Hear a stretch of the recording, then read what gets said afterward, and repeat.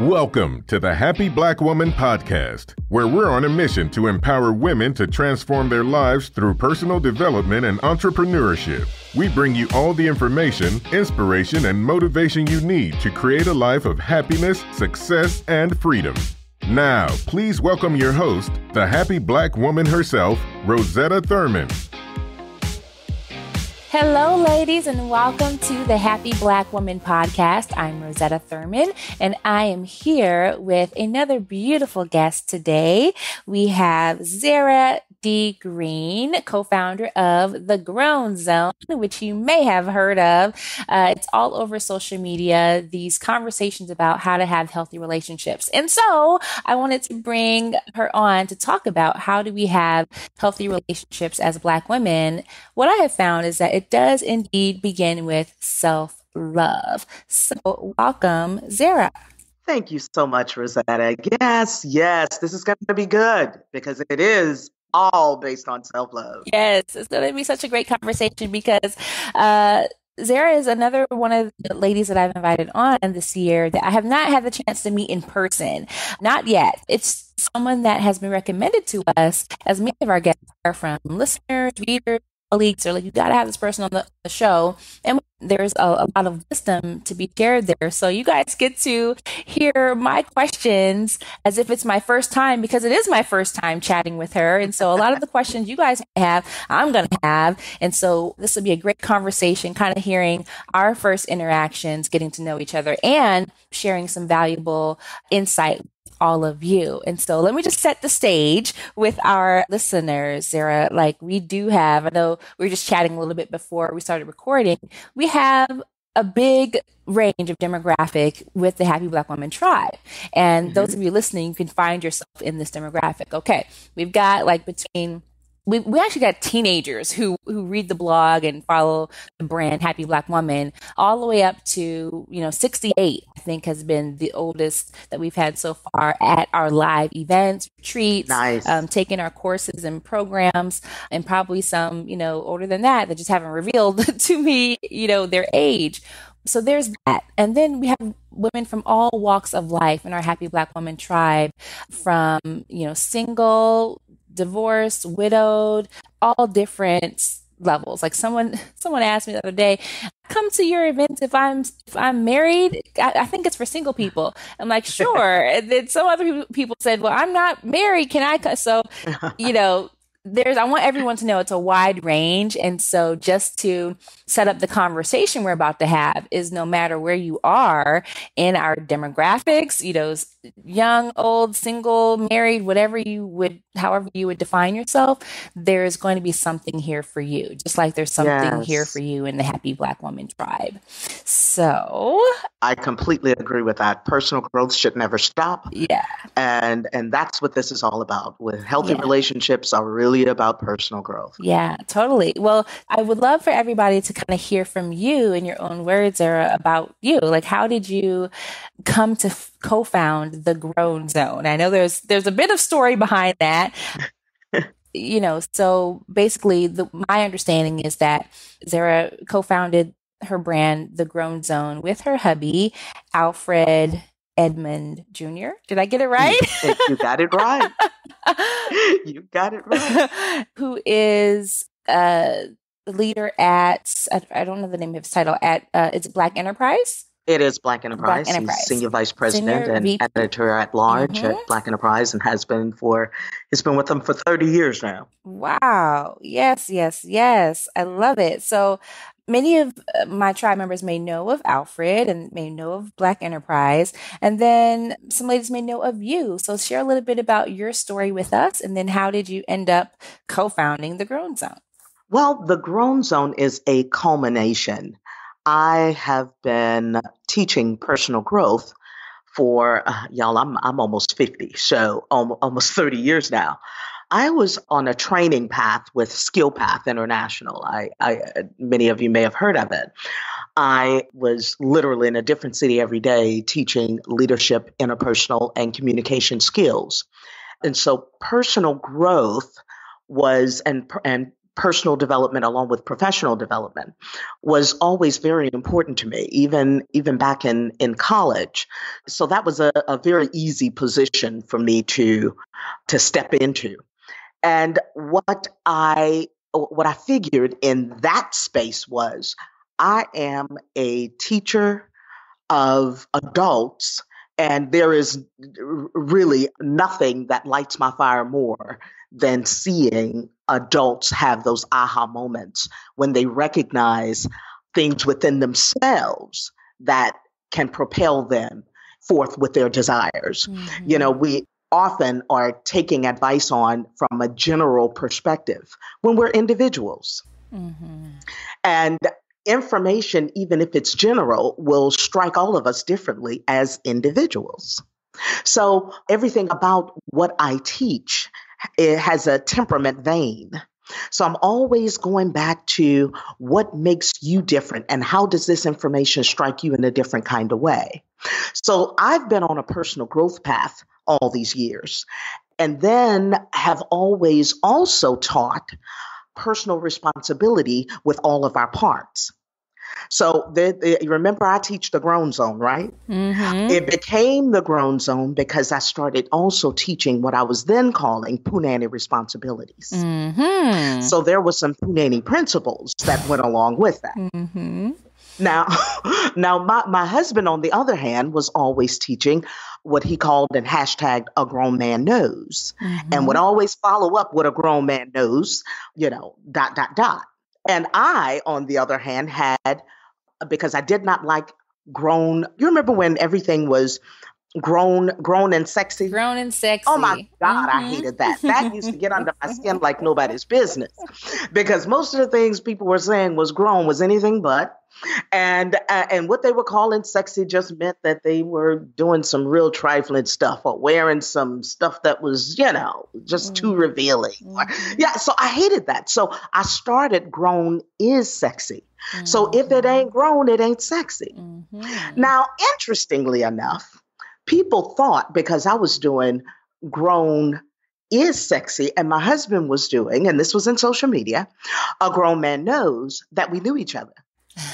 We did not know each other. You did not know each other. So this is interesting. So I was, of course, being the nosy Rosie that I am, reading, more about how you guys met and everything. I said, oh, well, she'll tell the story on the podcast, but I didn't see that part anywhere. So you guys were basically building your brands, both building brands on social media around these different topics related to personal growth and relationships. And you didn't know each other yet. We didn't know each other. People thought you knew each other because you guys were having the grown, word in your names. And we were having similar conversations. Yeah. Because my husband with Black Enterprise has been teaching and speaking and training and all over the world for years, financial responsibilities. And what he found was the same thing I found, was that it's not that people don't know how to do things that are going to be to their advantage, whether it's money or making better decisions when it comes to relationships and family and all of those things. So it may be infidelity, or it may be, anger, or it may be, developing addictions and having those kinds of dependencies. It's not that people don't know what's better for them. It's that there's an emotional gap. There's a personal growth gap that hinders them from stepping into that thing and actually moving to make those decisions. So we each discovered that on our own, because we're out teaching. And that's where, you hear people now saying that we realized then, and I've been doing it for years, is we can find information, especially now with the World Wide Web. We can find whatever information we want, but information does not bring about transformation. So, our website is full of information, all kinds of information. So we don't sell information. What we sell in our coaching services is transformation. Mm-hmm. So really helping people to make those decisions, to be able to draw parents, to be able to draw those hard lines with their kids, and then to understand that they're really helping their kids and transitioning them into real groaning. You know, people talk about adulting, but transitioning them into what it real personal responsibility. Yeah. And you know, for a lot of people, personal responsibility is a bad word. You know, it's uncomfortable. It hurts. No, why are you punishing me? It's not a punishment. It's a privilege. Yeah, totally. Well, I do want to go back to the story of how it all came about, because I know that the conversation about being grown, especially as it relates to Black women, is very important. We talk about that a lot in our Happy Black Woman tribe. But basically, you know, you and your husband, you and Alfred at the time, you know, you were posting and sharing this information with your following. How did you guys meet? Okay. So we are very, very careful with this conversation, right? Because we first became acquainted on Twitter. Yeah. Uh-huh. We did not meet on Twitter. We did not, you know, there was no love connection on Twitter. There was no spark happening on Twitter. It wasn't any of that. He first came to know my stuff because as I told you, my real love is temperaments, where I help people to understand what distinguishes them as individuals, so so they recognize that as their superpower, and to, you know, be able to use that in the creative economy, and to, you know, that, because that thing is really why we're here. When we get in touch with that, then we're able to shape most stuff. So when I talk about living according to your individuality, not these generalities, then that's what he shared. So I was sharing, you know, different ideas, and I have audiobooks on temperaments. So I shared a portion of my first audiobook, which is my system on understanding individuality, on temperaments. And he went to my site and he listened to it and took a bit of an assessment, and he came back. I don't know who he got it from. Somebody retweeted it. And this was back in 2008, I guess, 2008. And he shared it and said, you guys really need to go and take this. This is spot on. So I went to see who he was. And the truth is, when I saw him, and this is, you know, this is probably a story for another day, his bio turned me off immediately. So I said, thank you, dude. But, you know, I was done. That was it. So that was the extent of your first Twitter encounter. It wasn't a love connection, clearly, but no, it wasn't that at all. But, you know, it was a connection, and you didn't know where it was going to go. This is really strange. This is going to sound strange, but what I knew right away was he was an executive who lived in New York and was the father of 4 children. And that none of that said ooh to me, because you know, when we talk about temperaments and understanding your own individuality and embracing that and loving every single bit of it, girl, everything that I am, most Black men, and this is, this is my story, y'all. Most Black men are turned off by me with all of, you know, I'm a lot. You know? Yeah, I love that. I love that. And you can admit it. I'm a lot. I think it's really a grown, you know, knowing that you're grown. For me, part of my groaning is understanding that I am a lot. I'm a lot, baby. I'm a lot. I embrace that I'm a lot. I embraced that a long time ago. In a good way. You know, I think a lot of Black women, we find it negative, and try to tone it down. But I am not Demir. I am not that chick. I am not the one that's going to allow you to dim my shine. Right. I am not going to dim myself so that you can feel better about yourself. Right. I'm not that chick. You're going to have to come and know who you are, be able to celebrate everything that I am, and be supportive of everything that I am. Exactly. And I'm able to do the same thing with you, but you're not going to be, dude, when it's my time, it's my time. I need you to be cool with that. Yeah. Okay. So knowing that about yourself, how did you and Alfred meet in real life now? So I know now everybody's on the edge of their seat because that happened a year later. Okay. Now, here's what happened. And there are about 20 people out there, 20 to 30 people who were part of this group of folk who used to show up for what we call Twitter After Dark. Mm-hmm. So like after 11 o'clock, like 20 of us would show up, and Alfred and I were it was like a sitcom on Twitter After Dark. Mm-hmm. So we were engaging for over a year on Twitter before we had a phone call, before there was no DMing in the back office, none of that.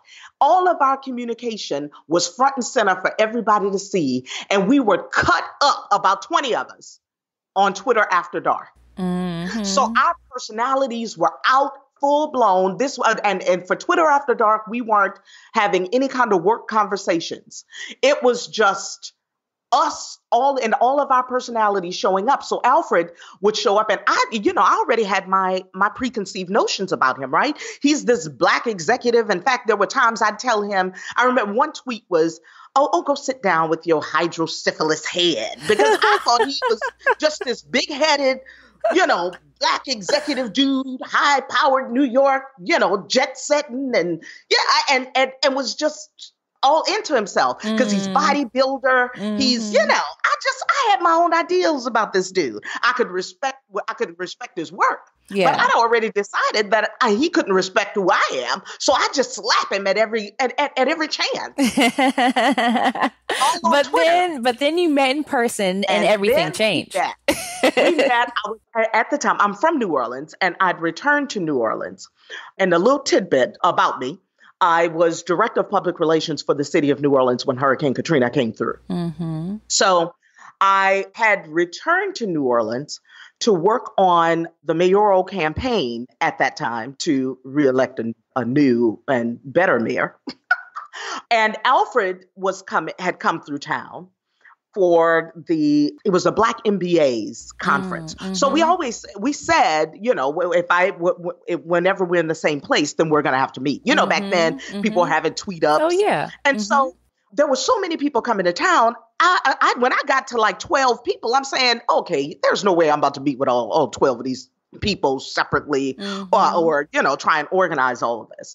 So I was in PR, so I knew all the people in all the places. So I decided I'm going to have one tweet up and I'll center it around this big executive from New York, And so I did a tweet up, got the place, got the people. It turned out to be this huge party that the owners of the place, brought in all the top talent. So Kermit Ruffin and all these. We had a live event. It was the bomb, just the bomb tweet up around Alfred. And a lot of people came to that. So there are many people out there who know about this tweet up. Right. That was the first time we spoke that day because I was working with a person who was his PR person at the time. And I'd never even spoken to him. Okay. So that was the first day we spoke, and we've talked every day since. Oh, wow. So somehow in person, the sparks flew. Nope. No sparks flew. Still didn't, no spark. And that's really the thing about this whole love thing. Yeah. Folk think they're going to walk into a room, look across the room, their eyes are going to meet, all the stars are going to align. There's going to be, no, stop. No, that's not it. And if it happens like that, that is called chemistry. Right. Chemistry burns out. Stop. So, well, to wrap it up, then tell us the punchline, because I'm on the edge of my seat. So, if the sparks didn't fly, how did y'all end up getting married? And we didn't marry. We are still newlyweds. We've been together 8 years. We just got married. October 2015. So the sparks, there was no sparks flying. What happened is the basis of what makes relationships work is what I deem H.E.R. And that's an acronym. Honor, esteem, and respect. Baby, when you are having conversations with somebody and you just, you like what they're saying, you like how they're treating you, you have established what your own standards for your own treatment and how you need to be treated. And somebody shows up and they deliver that, and it's all laced with her, then that's going to light your fire. That's going to get you excited. That's going to be, okay, this is somebody I can really walk with. So Yeah. y'all get rid of this whole, I'm going to have these butterflies. The butterflies are going to come after they have that person that you already know what it is that you need. Most people don't know what they need. That's why they go in and out of relationships. Mm-hmm. Got it. Well, so I'm just definitely was curious to know your journey, because this is, of course, what you do, the Growth Zone with your husband. So, of course, we all want to know how did it all begin? That's how it began. Yeah, very cool story, having that mutual respect and indirectly working with each other, then getting to know each other in person. And of course, you guys kept talking from there, turned into a relationship, and now a marriage. And you guys have been married a couple of years now, right? Now it'll be 2 years in October. Beautiful. So not even 2 years yet. We've been together 8. 2009 is when we met. 2009 is when we met. Yeah. Beautiful. Don't be rushing to the altar, y'all. Slow that thing down. Pump the brakes on that altar thing. I love hearing different stories, because especially you guys' story, because you guys met, later in life. A lot of women think that if you don't meet someone to marry by the time you're, 35, then you're not going to get married or you're not going to find anyone. And so that is definitely where a lot of women are in our tribe, very successful, just like you. And yet they feel like maybe it's too late for them in marriage and relationships because of their age. And so I love hearing different stories, different perspectives. And yours is definitely one that's very inspiring. Can I drop in on that? Yes. On that, believing that after they hit 35, and I hear it all the time, that they focused on their careers and now, it's just not going to happen. Or they've bought into all the good ones are taken. Yep, or, they're all gone. They're all married. They're all married. Kids. They all, there are only dogs out there, or people who, here's what I need y'all to hear. And this is coming from, this is the Heal Your Life side of me. I'm a certified Heal Your Life trainer of Louise Hay's philosophy. If that's what you believe, then that not only is true for you, that will remain true for you until you challenge that belief. You don't get what you deserve. You get what you accept. Mm-hmm. So if you're accepting that as your truth, that will remain your truth. Now, for a whole lot of people, and this is where what distinguishes coaching from therapy. Or for me anyway, there are many coaches that may not be the case for, or I know that's not the case for, but for me as a coach and my husband and I in our business, we are about figuring out where your baseline is. Mm-hmm. So we have a lot of conversations. Yeah. When I figure out what your baseline is and what's feeding it, I can help you immediately change it. Mm-hmm. Mm-hmm. See, therapy is about, and I suggest people have a therapist because you need a therapist to work through your everyday stuff. Yeah. You see, but one conversation with me will change your thinking. Will get you to recognize where those thoughts are coming from. Will get you to see how that's actually feeding your future. Will help you to see how the things that you have even right now, the good, bad, and the ugly, you've had a part in creating. Mm-hmm. So for the women who are 35, 40, 50, and I work with them all. Mm-hmm. And it's different. Let me just drop another little tidbit. So in the women who are in their 20s, then you're still really trying to figure it out. Mm-hmm. And that's okay. That's your figure it out space. That's where you're supposed to be trying to figure it out, exploring life and, taking risks and doing different things and good. Women in their 30s, they're still kind of, figuring on that early 30, but by 35, they start to feel like, okay, there's some stuff I'm supposed to have figured out by now. Many of them, I'm sure in your tribe have probably figured out the professional side. Mm-hmm. So they figured out what they're good at and they've got the profession is on and popping. Mm-hmm. They know their skills. They know how to show up. They know how to stand in that thing and they know how to own that. You know why? Because they put a lot of energy toward that. Yeah. They put a lot of energy toward the professional side. They put a lot of focus. They've spent a lot of money on it. They've done a whole lot of things in order to make sure they eat well, live well, be well, professional. Yeah. What I need that group of women in those 30s and above to recognize is that their professional aptitude is no match for their personal problems. Mm-hmm. So mindset, they focused on and fixed and rectified and all of that stuff professionally. So they go to the conferences and they make sure they're tuned in and they make sure that, that the energy is right because, we're all energy and everything is energy. So they are aligning and vibrating like nobody's business in their professional worlds. And then by the time they're 38, 40, especially women who still want to have kids, they've got their professional worlds just right. And now they're just looking to cast for a role. They've got a role that's open. They got their homes. They've got their cars. They've got their 401ks. They've got their money set. And now they're looking for a brother to just put in that space without the same kind of education that they've put on their professional side. They are so ill-equipped. Yeah. I definitely resonate with that, with so many of the women that come to our events and conferences, and just for myself as well. I mean, I totally resonate. I put a lot of effort into my professional life and saw the results. And it is very interesting that it doesn't dawn on us that we have to do the same thing in love. Like it's supposed to be easy.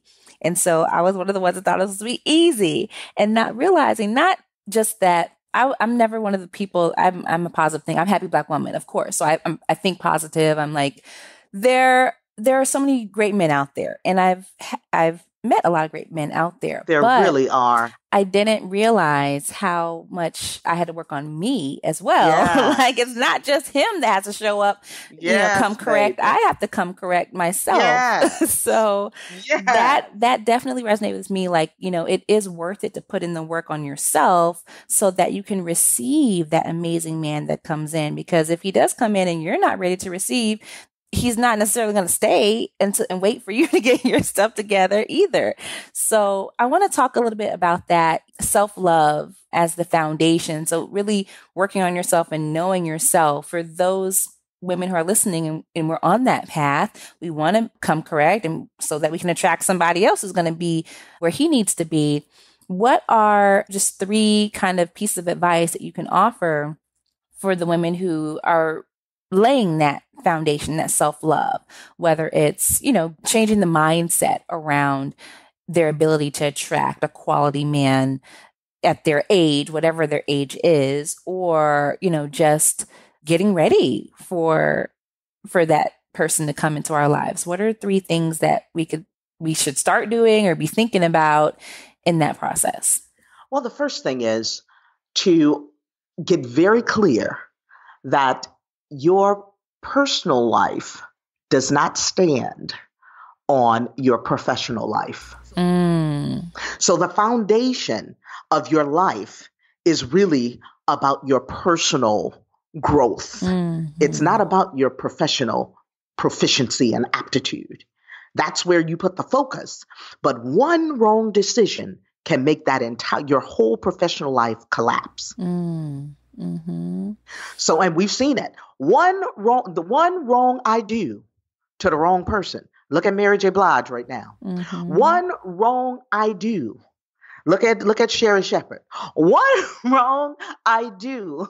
And then you just fill in the blank of the people in your own personal life who said I do to the wrong people or didn't say I do to the wrong people. Just you didn't have to say I do. You just let people in the 4 places that we say you shouldn't give access to. And this might be the next tip.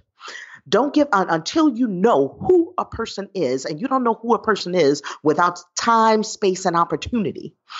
You don't give them access to your home, your money, your heart, and your, come on, Zarah, heart, home, body, money, and body. I read it. You don't give access. Look at you like, I got it. I got that. Good. I'm glad. Don't give access. I know that society tells you that that's the first, in some ways, that's the first things you give up. And as women, we're trained that we have to give. That's part of our DNA, to be nurturing and to give and to cultivate and all that stuff.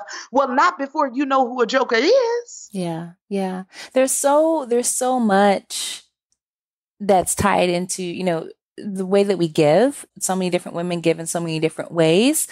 Like some women, they won't give someone access to their home, but they might give them access to, their bank account, so there's so many different ways that we give. And I want to know from your perspective, what's the link there to self-love? Like, how can we, for a woman that's listening and she's like, yeah, that's where I've made mistakes, where I have given from, one or more of these areas too soon or too much and not getting, the same in return. And she's feeling like, okay, I have done that. How do I keep from doing that in the future? Oh, there are so many layers to that, but here it is. And if you keep this top of mind,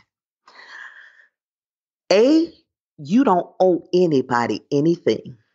And when it comes to building relationships, just your company, whether that's in person or on a telephone, or if it's just text messages, whatever, just your company is enough. It ought to be enough. We got to stop there because that's huge. Just your company is enough. Just your company is enough. And if it's not, then he's showing you that where that needs to go, what category to put the brother in. Just your company. That is so huge because it's a very clear, I don't want to say test, but it's a good indication if someone appreciates just your company. Go. And, I always loved a man who will, thank me for coming out on a date with him instead of just like, oh, I should be happy because he took me out. But no, thank you because I made the time on my calendar. I'm like, oh, he can appreciate it. That means he deserves another date, Come on. So that's I love that, Zarah. Just your company is enough. And you've got to know that though, because any woman who doesn't feel like her company is enough, then that's already showing you the self-love deficit. Yeah. That is huge. You think you have to do something. You think you have to earn something. You think you have to put out something. Right. You think you have, no, just your company is enough. And so for a lot of women that I work with, and some men too, it's helping them to get to the crux of what that's about. Right. What is that you think that you have to do anything? Right. Like you have to prove yourself. And that shows up in other ways, right? Your company is enough. Otherwise, there's a self-love deficit. And as long as there's a self-love deficit, you will give into other people's agendas for your life. See, if you don't have an agenda for yours, then you'll always fall in line with other people's agendas.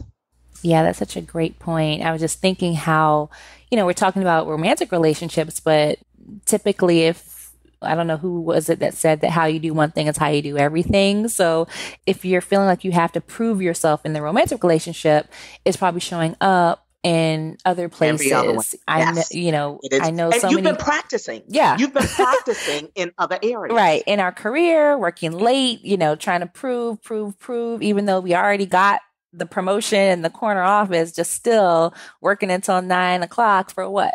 Yes. There is always a link. It's always somewhere else. Most of the things we do have been transferred. Yeah, this is great. Okay, so I think that was still on number 2. What would be the number 3 piece of advice you would give us? Okay, so I want to distinguish between self-love and self-care.